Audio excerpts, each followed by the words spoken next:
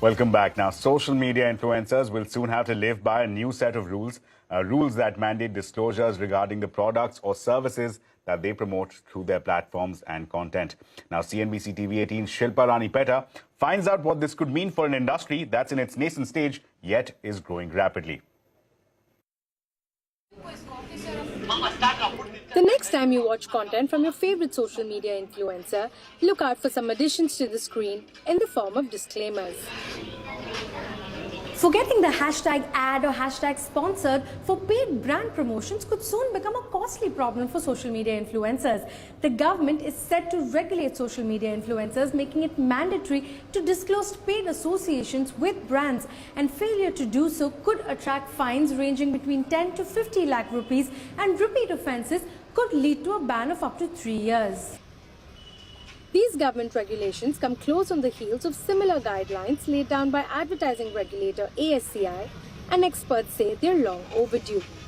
According to the INCA Influencer Marketing Report, India's influencer marketing industry was valued at 900 crore rupees in 2021 and pegged to grow 25% to 2,200 crore rupees by 2025.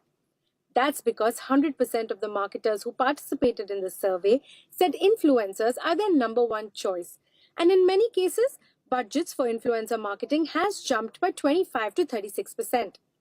This means influencers are now becoming brand ambassadors, making anywhere up to $65,000 a month, depending on follower count. And a bulk of this comes from brand promotions. And the rules are generally being welcomed. Back in the day, when we want to declare it to our audiences that if in case it was an advertisement, brands would be very, very hesitant because they would feel that it would lose that organic sense of marketing that in the past is what was known as the influencer's magic.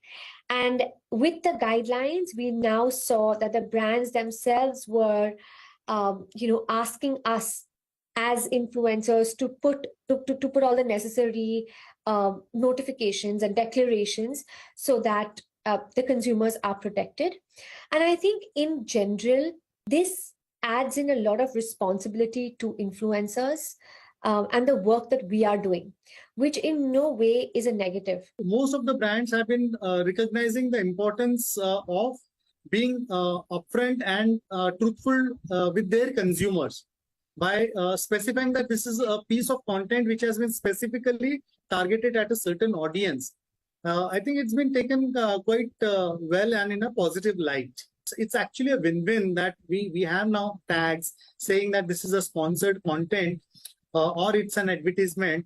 So one, the brand is being very upfront and truthful with the consumers. Second, consumers know that this is a sponsored content and consciously they are trying to engage with such content. The regulations aren't entirely new, but with the industry still at a nascent stage, many believe steep fines that could range up to 50 lakh rupees is rather harsh, especially on some of the less established influencers.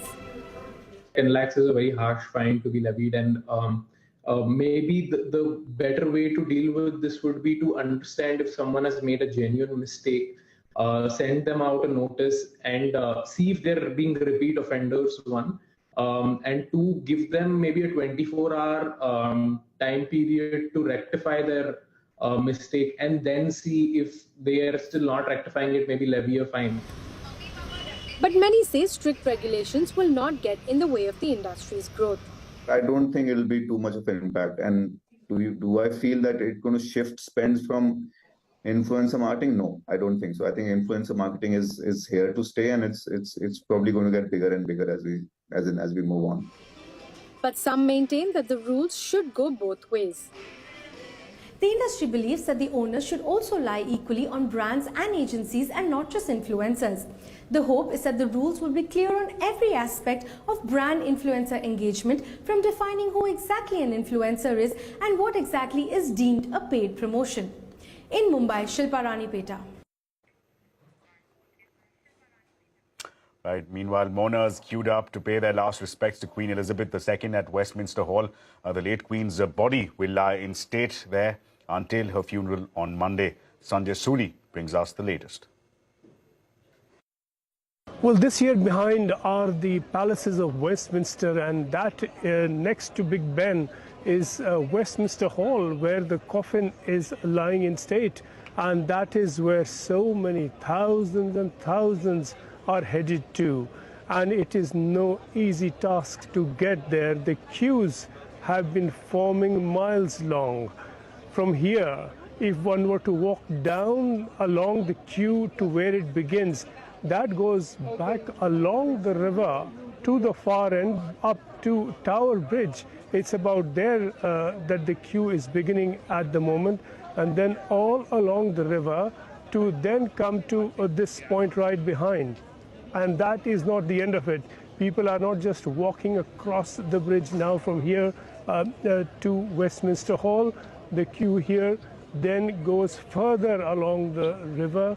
It will go to the bridge behind, it will loop around and then come around on the other side of the river to then walk along Millbank and then head to the Palace of Westminster.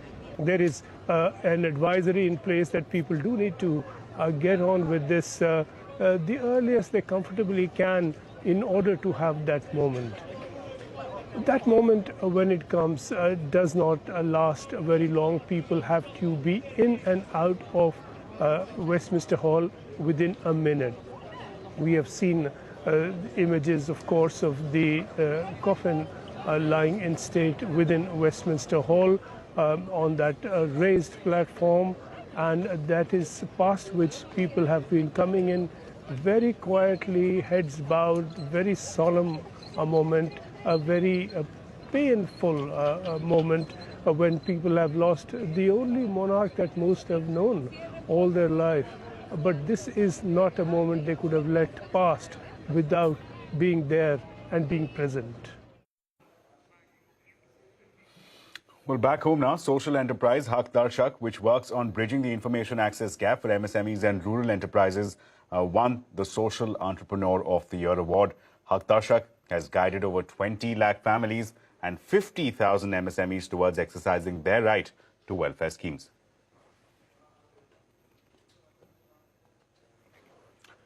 Well, heartbreaking news now for tennis enthusiasts across the globe. Legendary player Roger Federer has announced his retirement from professional tournaments. Next week's Laver Cup in London will be his final ATP event. In a long emotional letter, Federer thanked his family, his team, competitors, sponsors and the fans for contributing in his 24-year-long journey. He ended the letter by saying, and I quote here, "Finally, to the game of tennis, I love you and will never leave you." End of quote.